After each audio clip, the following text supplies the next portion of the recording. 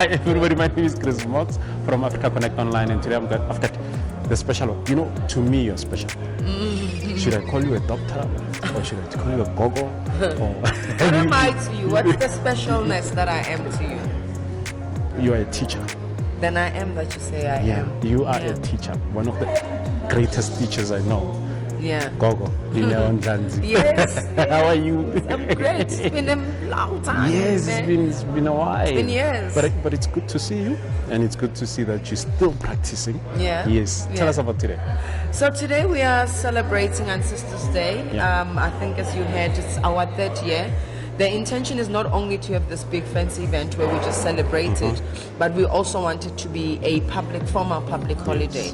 We know that South Africa has a lot of holidays, but which holiday can you look at it and say, this is a reflection of who I am? This speaks to my identity, this speaks to my culture. I'm not talking about Heritage Day because now it's become Bright Day, right? So we've always had days that have been our own, that have been diluted. So this is a day of really anchoring it in African spirituality. And I'll tell you why I love African spirituality. Because African spirituality says you can be Christian and talk to your ancestors.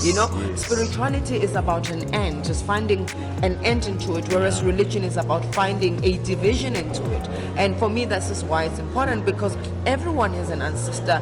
Everyone believes in someone or something, and that someone and something, most of them are not here. Your Moses are dead, right? The Buddha is not around.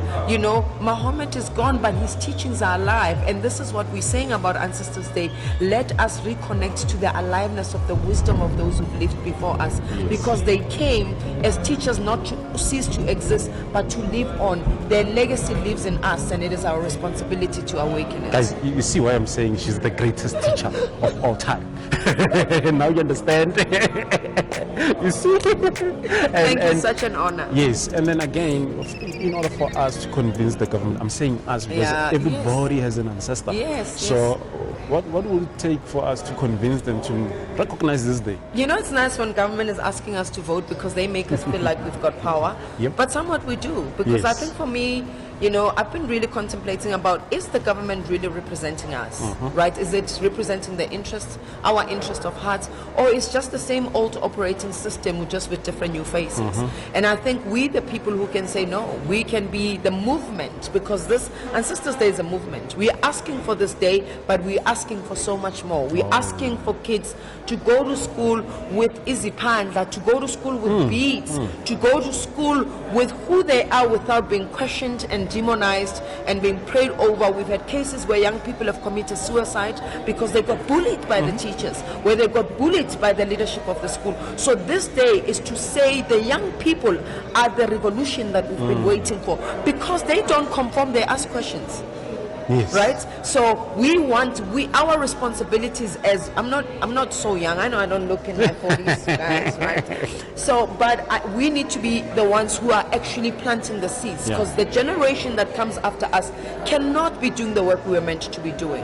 So before we can even just, when we make this happen, when in young people's language, when we can make it trend, when we can say #Ancestors Day, and then show us how you honor and celebrate your ancestors, right? Yes. I was on Tibo Tachiso, and it's like, oh, but people say there's one way. No, one way is man-made way. But spirituality says there's a way in which that feels true to you. Whether you're burning a candle, whether it's Helasnefi, whether you're lighting impepo, whether you're going to be actually sitting and having the memories and having your grandmother's favorite meal and cooking that, because what it does in your brain, it reactivates memories of past times that have been really great. And you know what that does for somebody who's dysregulated, for young people who are struggling with mental issues, who are struggling with depression.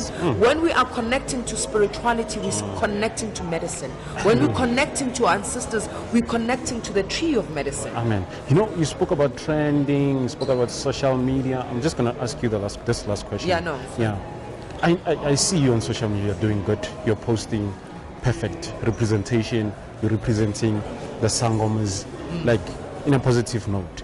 So advice to young people out there, on social media, they playing people on social media saying Sangoma, and please just advise, because I believe in your teachings. I look into the camera? Yes, I believe in your teachings. Young people, my 2000 Trends passes, but purpose lives on forever. Yeah. So ask yourself that, are you here just to trend and cease to exist? Like Sister Bettina, you don't know what that is. I know it because it trended in my time.